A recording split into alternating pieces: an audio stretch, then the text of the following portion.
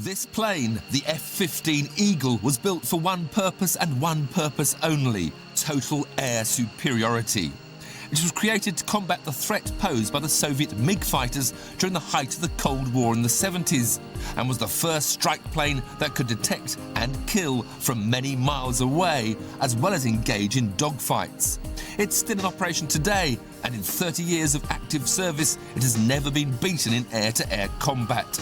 It's the benchmark by which all modern strike planes are judged.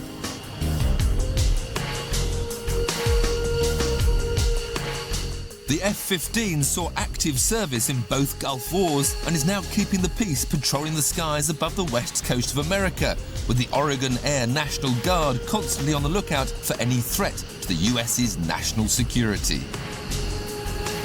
I'm Mo Gass, a major in the Oregon Air National Guard, and I fly the F-15.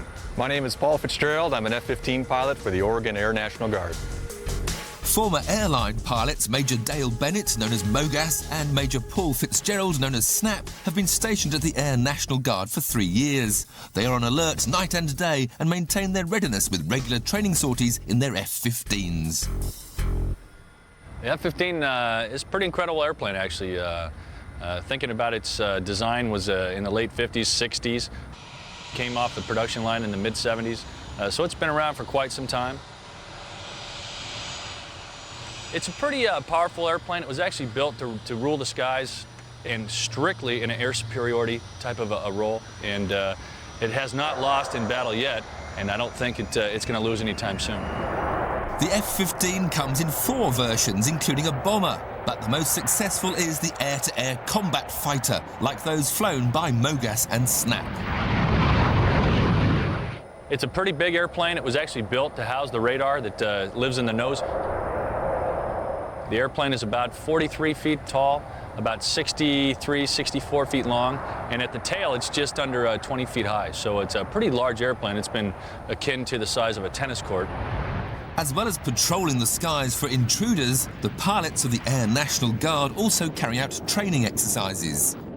Mogas and Snap are planning a simulated dogfight where they will practice locking their weapon systems onto each other. Objectives for the Blue Air is quick kill. Being a frontline fighter pilot is a hazardous job. Every time they fly, they may encounter the enemy and have to deploy lethal force. My mission then is to turn them into hair, teeth, and eyeballs. Realistically, it's kill or be killed. And fortunately, I think all of us have resolved ourselves to the fact that you're taking out the other guy's airplane. If he has a good ejection seat, then it's a good day for him. If he doesn't have a good ejection seat, then that's one of the dangers and the threats that we live with. The F-15 was the first strike plane with the ability to take out an opponent up close or from miles away. We have 2 arenas we normally fight in. It's within visual range and then, of course, beyond visual range. Within visual range, I have a 20-millimeter cannon that's in the right wing root of the airplane. Once you start moving into a little bit further out into miles and so, we'd start talking about the heat-seeking missile. And then once you get beyond that range, now you start talking about the advanced medium-range air-to-air missile that we use, otherwise known as the AMRAAM. The real benefit of the AMRAAM is its ability to really get out there and reach out and touch someone and turn them into pieces and parts. The F-15 has 2 giant engines producing a combined thrust of 46,900. They give us several different pieces of equipment to help that happen. That's the combat edge vest. It fills up with air, keeps the internal pressure in your chest cavity, so the blood can actually get pushed out of your chest cavity and into your head. Most important is your G pants too, G suit otherwise known as. It tightens up. It also moves the blood from your lower extremities into your chest, and obviously to try to keep the blood in your head so that you can keep blood in your eyes so that you can see and think. The color goes out of your vision first. The second thing that goes is obviously you have tunnel vision, and then it's followed by stages of going unconscious, and that's the whole reason we're trying to avoid that. You don't want to be manipulating the controls of an airplane when you're unconscious. The pilots also wear a helmet with an oxygen mask in case the cockpit were to depressurize at high altitude. But the F-15 is getting old. During every flight, the aging aircraft perform extreme maneuvers and put the airframe under enormous stress. As a result, the planes require constant maintenance. It takes more than just a pilot to run an F-15. Behind the scenes is a team of over 30 highly skilled personnel just to keep each plane in the air. The precise age of the plane determines the level of maintenance required.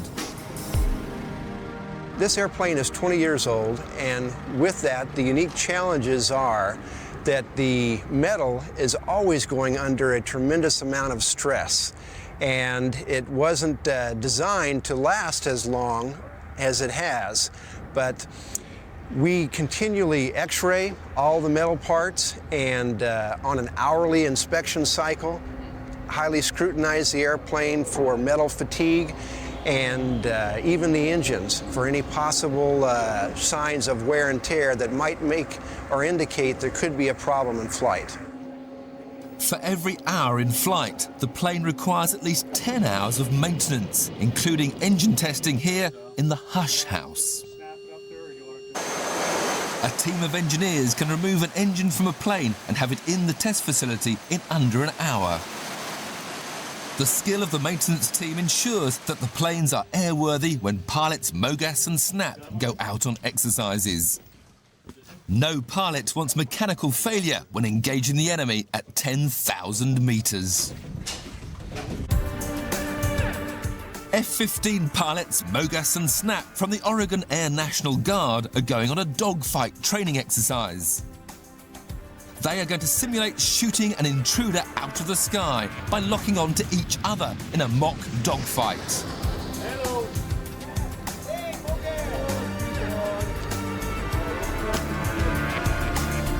Before the flight, each pilot carries out one final check to make sure that his plane is airworthy.